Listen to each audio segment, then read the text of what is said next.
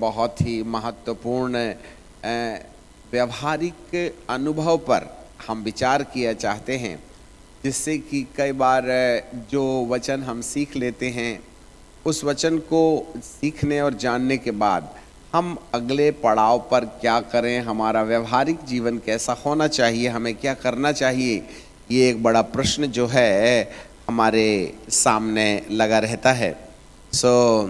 ऐसे समय में प्रभु हमें आज क्या कहना चाहते हैं, और हमारा जो 15 दिनों का बाइबल अध्ययन का जो मुख्य थीम था कि कैसे प्रभु परमेश्वर अपने लोगों पर मोहर लगाना चाहते हैं और दूसरे ओर से अंधकार की सत्ताएं भी हमें मोहर लगाने में लगी हुई हैं, और इन दोनों के बीच में एक युद्ध होते रहता है कि किस तरीके से मनुष्य को अपनी विरासत बना लेने के लिए। आपको मालूम हो, जब दौड़ने वाला धावक दौड़ता है तो रिबन के स्टार्टिंग पॉइंट में तो वे एक सामान्य दौड़ से शुरू करते हैं। जब कभी भी लॉन्ग रनिंग होती है तो वे सीटी बजाते बराबर अपनी अपनी दौड़ में दौड़ पड़ते हैं और अपना दम बचाते हुए वे दौड़ते और दौड़ते और दौड़ते रहते हैं।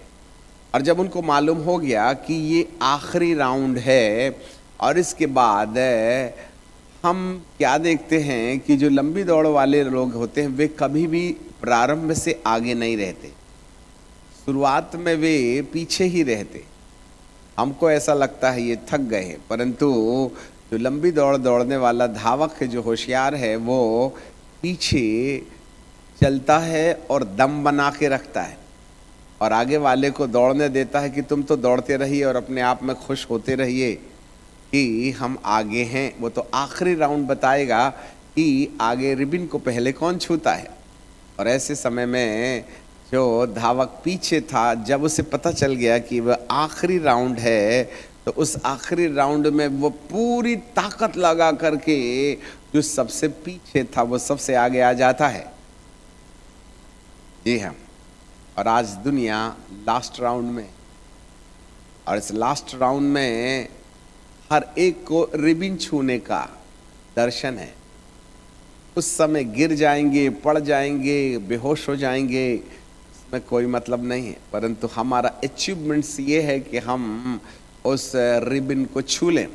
और इसी कारण से आज परिस्थितियों को देखते हुए परमेश्वर ने प्रकाशित वाक्य की किताब में लिख करके कहा कि पूर्व की दिशा से आने वाले ऊपर से वो स्वर्गदूत ने, जो परमेश्वर की मोहर लेकर के आ रहा था, उसने अपने उन चारों स्वर्गदूतों को कहा कि ठहरे रहो जब तक कि मैं परमेश्वर के दासों के माथे पर मोहर न कर दूं, तुम हवा न चलाना।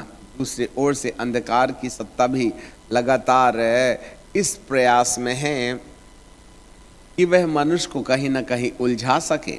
परंतु आपको जानकारी मिले, इससे पहले हमने आपको बताया था कि अंधकार की सत्ता को पहले परमिशन दी जाएगी कि तुम अपने तौर तरीके से मोहर लगाने की प्रक्रिया जारी रखिएगा।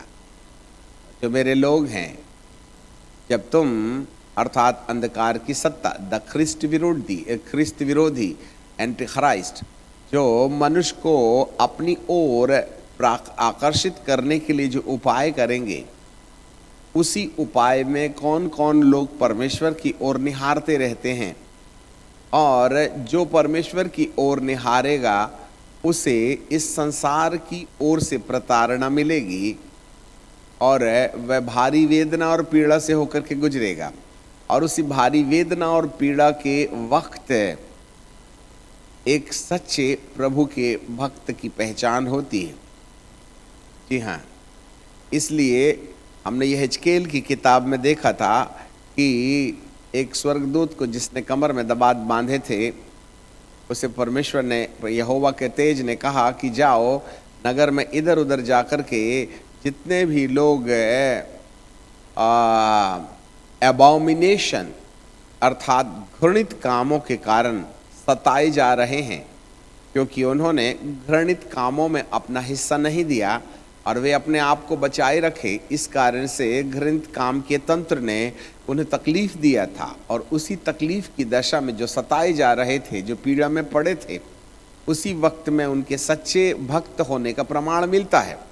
और इस प्रकार उन्हीं के माथे पर मोहर लगा देना, और वे ही संसार में भी महफूज होंगे जब परमेश्वर की ओर से विपत्ति का आगमन होगा, और दूसरी ओर से वे परमेश्वर के पुत्र के सामने खड़े रहने के लायक भी बन जाएंगे।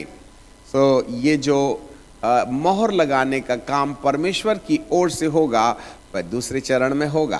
पहले चरण में अंधकार की सत्ता इंसान को गुमराह करती रहेगी, और जो परमेश्वर के वचन को जानकर आत्मा की सच्चाई पर चल करके अंधकार की सत्ता के द्वारा लगाई जाने वाली मोहर की सत्यता को जानकर उसके प्रति सावधान रहें और उसको अपने अंदर ना आने दें।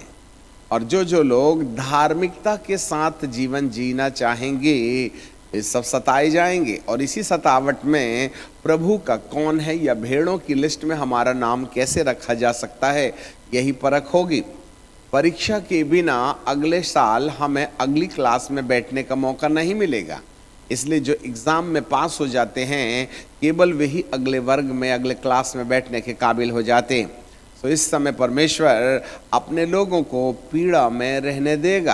अंधकार की सत्ताओं को परमिशन मिली है कि वे किसी न किसी तरीके से उसके अपने लोगों को प्रताड़ित करें, उन्हें सताएं, उनको तकलीफ दें।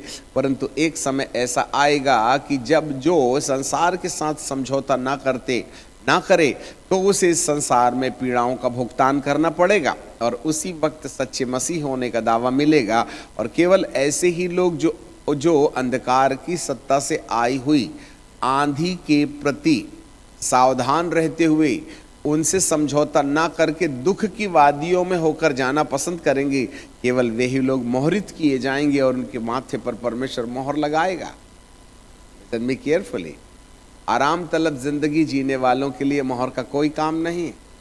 जो मसीह के साथ दुख उठाएंगे, जो मसीह के साथ पीड़ा में रहेंगे, केवल वे ही लोग होंगे जो हमें कहीं ना कहीं इस लायक बनाएंगे जिससे कि परमेश्वर हमारा चुनाव करे।